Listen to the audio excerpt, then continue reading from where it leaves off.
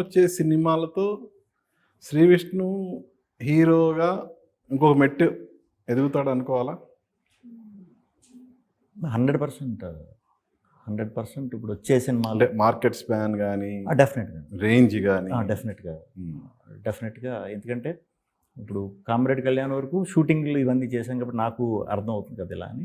దాని తర్వాత చేయబోయే ప్రాజెక్టులు కూడా చాలా పెద్ద ప్రాజెక్టులు, చాలా కాన్ఫిడెంట్గా ఉంది వాటి మీద కూడా. అంటే ఇంకా స్టాంప్ అనమాట. అంటే జనరల్గా ఇప్పుడు ఏ సినిమాకి ఆ సినిమా హీరోకి ఒక దినదినగండం అనుకోవాలి యాక్చువల్గా. అవునండి, అవును. సో ఈ నేపథ్యంలో జనరల్గా ఒక హిట్ వచ్చిన తర్వాత ఏ హీరో అయినా అన్ని రకాల జాగ్రత్తలు తీసుకుంటున్నారు, బ్యానర్ దగ్గర నుంచి డైరెక్టర్ దగ్గర నుంచి అన్నీ.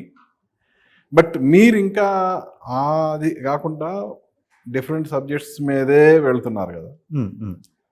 అంటే ఏంటి మీ స్ట్రాటజీ ఏంటి? సింపుల్ అండి, ఆడియన్స్ ఎప్పుడు కూడా డిఫరెంట్ సినిమా చూస్తారు, కొత్త కొత్త కొత్త కథ చూస్తారు, కొత్త కథ గ్యారంటీ చూస్తారు. కానీ చాలామంది మనం ఇక్కడ ఏమనుకుంటామంటే కొత్తది ప్రయోగం ఎందుకు అనుకుంటాం. ఇప్పుడు ప్రొడ్యూసర్ మైండ్ సెట్ అవ్వచ్చు, కాంబినేషన్ ఉంటే సేఫ్ కదా, లేకపోతే డైరెక్టర్ ఒక హిట్ కొట్టి వాళ్ళ హీరో ఉంటే మనకి కొంచెం మార్కెట్ ఇది అవుతుంది కదా, అలా చూస్తారు. నేను ఓన్లీ కథే చూస్తాను. కొత్త కథ ఉంటే కొత్త అయినా ఏమైనా నేను ఏదో ఒక యూనిక్నెస్ అది ఉన్నంతసేపు, అది చెప్పినంతసేపు ఈ దినదిన గండం రాదు. సో ఇప్పుడు మీడియమ్స్ కూడా పెరిగినాయి. సినిమా ఇప్పుడు ఓన్లీ థియేటర్ అనే కాకుండా ఓటీటీస్ ఇవన్నీ వచ్చినాయి కదా. సో మీరు ఆ వైపుగా ఏమన్నా ఒక ప్రయోగాలు, ఇప్పుడు మీరు ఎటు సినిమాల్లో చేస్తున్న ప్రయోగాలు అక్కడ కూడా చేయాలనే ఆలోచన ఏమన్నా ఉందా? అలాంటి సబ్జెక్ట్స్ ఏమైనా వచ్చినాయా? ఎలా ఉన్నాయండి, అలాంటి ప్లానింగ్లో కూడా ఒకటి అవుతుంది.